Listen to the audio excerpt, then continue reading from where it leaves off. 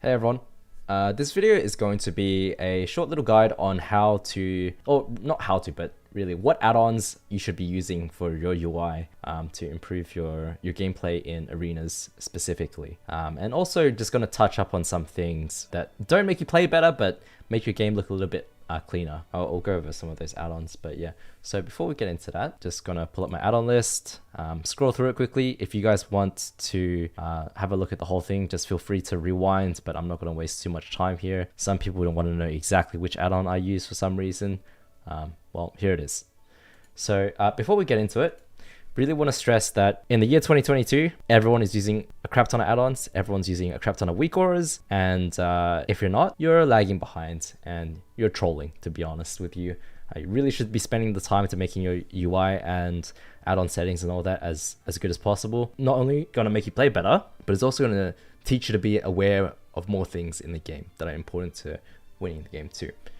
So first of all, just going to touch up on some UI related add-ons that just make your game look a little bit nicer. So first of all, I use dominoes just to change your action bars. You can create bars with it. You can make an explosives consumable bar. Not so relevant, but just I tried to set it up to look like the retail UI after Legion was released until Dragonflights, just to keep it consistent with retail, you know, swapping between retail and classic. It's nice to have the same UI, right? Or as similar as possible. So I would recommend using dominoes as an action bar add-on. If you're used to classic UI, that's fine too. In terms of nameplates, I use Plater, and Plater is a nameplate add-on that lets you basically customize it with almost anything, right? This is in a city, what my friendly nameplates look like, and in arenas, the enemies are a bit longer of a bar. The point of it is to make it look like retail nameplates. Again, you want to have your game looking like retail.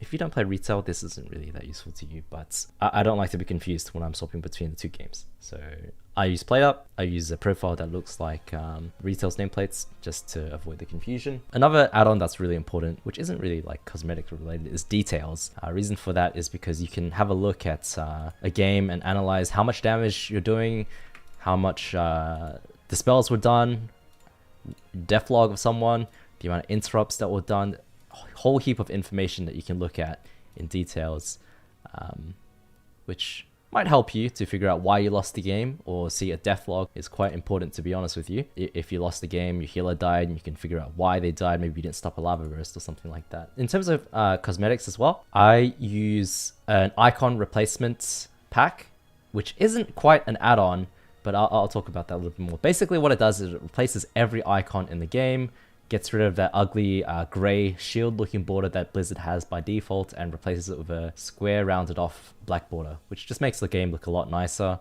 You can see on my bars as well. You can see my buffs up here, and really every single icon on the target focus frame as well is replaced.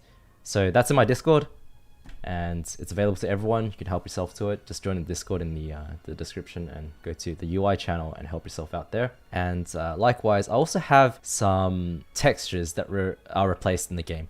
For example, the character panel is a little bit darker, reputation bar, it looks a bit different, and also the raid frames are a bit of a solid color rather than that gradient default Blizzard look. This kind of stuff isn't really important to gameplay, but it looks nice. Why not? And I like it, so I use that.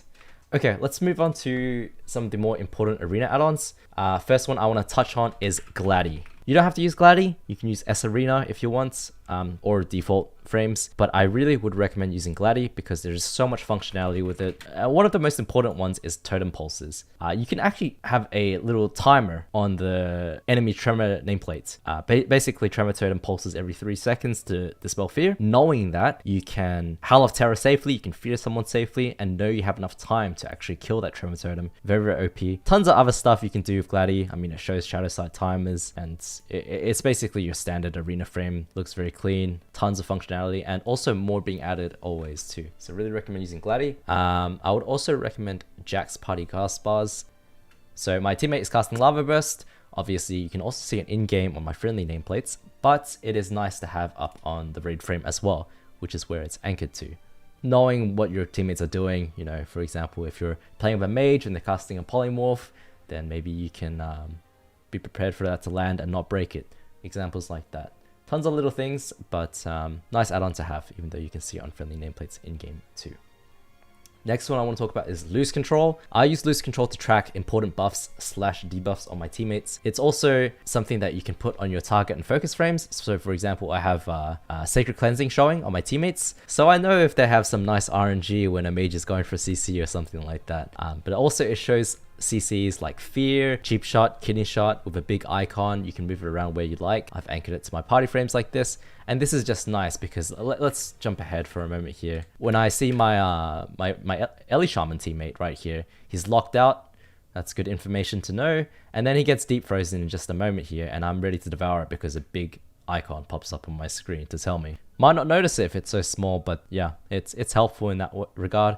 Not an entirely necessary add-on, but helpful for it to be bigger for priority debuffs like that. So you can use lose control, or alternatively, you can also use big debuffs. But I downloaded big debuffs, and I got completely crit when I opened up the UI menu for it. There were way too many options. I couldn't do it. So lose control, plug and play, nice and simple. We love that. The next add-on that I actually want to talk about is Out of Range. It's a very lightweight add-on. Basically what it does is your action bars turn red when you're out of range of someone. I'm in a city right now, but I can target this rabbit, and you can see my action bars have gone red, and when I go into range, see I can't cast Unstable Affliction, but when I go into range, I'm able to. And why that's important is because there's a few classes where they have gap closes. For example, a rogue with Shadow Step, your casts are actually longer range than the Shadow Step. So if you play on the outer edge, this add-on just gives you a nice little indication when you finally go into range, and you can apply that to rogues as well. You know, if you're facing a rogue, you want to play max range so don't get Shadow Step too. Just helps you to see more clearly. The default option for out of range is the key binding text goes red rather than the whole icon. And you can see why that's a lot harder to see compared to the whole icon, right? Like a little 5 going red is much harder to see than the full icon. And of course, getting into range for fears, it's nice. I can just look at my fear button. Once it lights up, then I know I'm in range, and I don't just sit on the edges like spamming fear like this. So out of range, quite a good add-on. Next one is Omni CD right here. What this does is it shows you your teammates' cooldowns. Now, I don't need to explain why that's so good, because if you know your teammate has Trinket, for example, then you're chilling. You know they can break out. If not, then you know you might have to play differently. Very important add-on, especially when you're playing LFG arenas with people not on voice, being able to see whether they have bubble or wind shear so you don't overlap interrupts, things like that.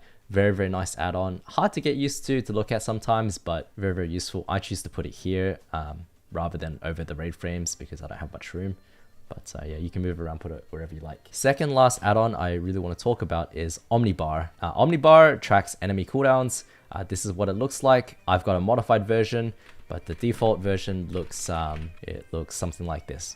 It creates a bar of cooldowns, and when they're used, they show up. Really important add-on, especially as a caster. I assume some of you guys might play Warlock. Shows you the enemy interrupts, shows if you fake the kicked or when the kick is available, and tons of uses for it. Very, very customizable as well.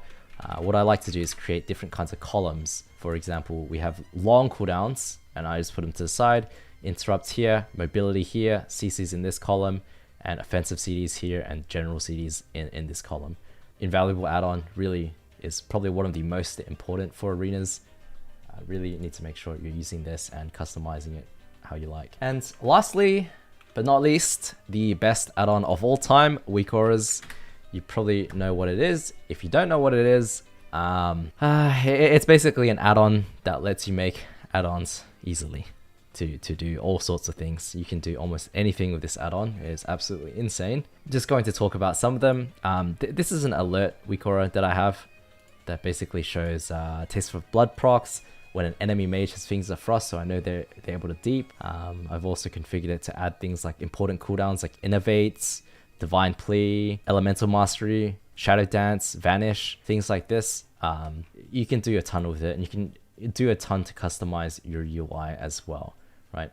You can see I've got a ton of them. Obviously, they're not all active at the same time. And another example of that is I show Wound Poison on myself. Wound Poison reduces healing taken by 50%. So if I have Health Stone, I'm trying to live against the rogue, I might want to try to kite the rogue until Wound Poison falls off and then use my Health Stone. Being aware of it being on me as well is really important too. and it just helps you to see things in the game much more clearly. Another example of a WeakAura is this enemy nameplate GCD WeakAura, which you can find just by googling it. It shows you what global they press, and also basically shows you a bit of an indicator of when that GCD is gonna be up, right? So if we just look in this game for a moment, when they come out of CC, it only pops up on abilities that cause GCDs as well. So for example, Hydra uses a shield right here, the enemy priest. And obviously that's not the most useful information, but if the rogue uses slice and dice, then I know he has no combo points for kidney shot. Examples like that. Another niche, well, not, I guess not niche, but like important use of this is if you get shadow danced by a rogue, you're at risk of them stunning your trinket, right? Like let's say you get cheap shots and you want to trinket port. You might feel uncomfortable doing that because he might kidney you right as you trinket. The good thing about this add-on is it tells you when they use a global. So if they cheap shot you and then they ambush you, then you know you're safe for a second to trinket port without them being able to kidney you because they're on the global cooldown. So that's another example of how WeakAuras are just so OP. There's a ton of things you can do with it. For example, I've got this drinking WeakAura as well that when any enemy team member is eating food or drinking water in arenas, like a healer, this massive text will pop up until they stop. And it's kind of like noob friendly, but really it's insanely helpful to have this kind of information. You can also add audio cues to it. So when an enemy warlock pops spell domination, which makes their pet cast super fast, I actually play a sound, which is this bike horn, this one.